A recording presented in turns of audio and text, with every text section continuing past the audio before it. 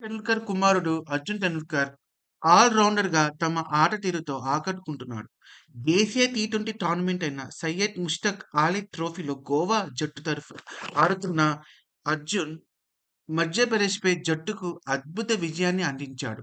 ఈ left hand bowler power ప్లేలో అద్భుతమైన స్పెల్‌తో కీలక వికెట్లు పడగొట్టి ప్రత్యర్థి జట్టును కట్టడి చేయడంలో ముఖ్య పాత్ర పోషించాడు. గోవా జట్టు ఈ మ్యాచ్‌లో 7 వికెట్ల తేడాతో ఘన విజయం సాధించింది.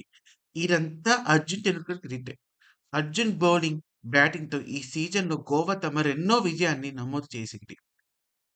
మధ్యప్రదేశ్ ఫస్ట్ బ్యాటింగ్ చేసి 170 పరుగులు చేసింది. కానీ అర్జున్ టెండూల్కర్ పవర్ ప్లేలో వేసిన కీలకమైన స్పెల్ కారణంగా వారు మరింత పెద్ద స్కోర్ చేయలేకపోయారు.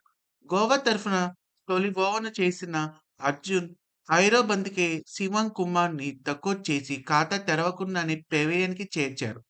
ఆ తర్వాతి ఓవర్‌లోని మరో కీలక వికెట్ అంకుష్ సింగ్‌ను కూడా ఔట్ చేశాడు.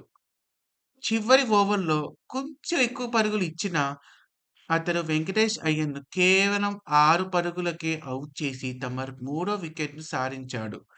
ఈ మ్యాచ్‌లో గోవా తరఫున బెస్ట్ బౌలింగ్ పెర్ఫార్మన్స్ చేసింది అర్జున్ టెండూల్కరే. మధ్యప్రదేశ్ తరఫున హర్‌ప్రీత్ సింగ్ అజేయంగా 80 పరుగులు చేయగా, కెప్టెన్ రజత్ పటిదార్ 29 పరుగులు, ఆఖర్లో అంకిత్ వర్మ 4 సిక్సర్ల సహాయంతో 34 పరుగులు చేశారు. మధ్యప్రదేశ్ విధించిన 170 పరుగుల లక్ష్యాన్ని గోవా 18.3 ఓవర్‌లోనే సులభంగా ఛేదించింది. బౌలింగ్‌లో అద్భుత ప్రదర్శన తర్వాత అర్జున్ టెండూల్కర్ ఓపెనింగ్ బ్యాట్స్‌మన్‌గా కూడా బరిలోకి దిగారు.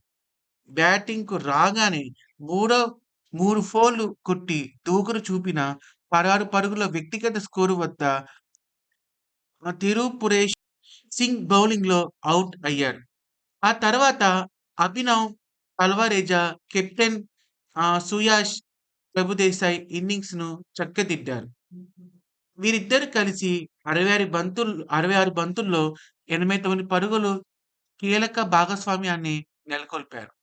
కెప్టెన్ సుయాష్ ప్రభుదేశాయ్ అద్భుతమైన ఇన్నింగ్స్ ఆడి అజేయంగా 75 పరుగులు చేశాడు.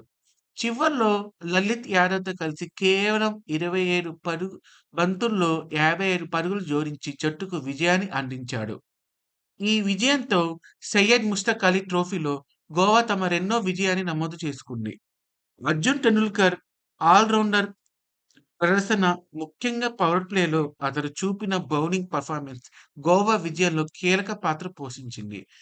సచిన్ తండ్రి తగ్గ కుమారుడు అర్జున్ నిరూపించుకున్నారు. అంతేకాదండి, రాజు ఎక్కడున్నా రాజే కదా!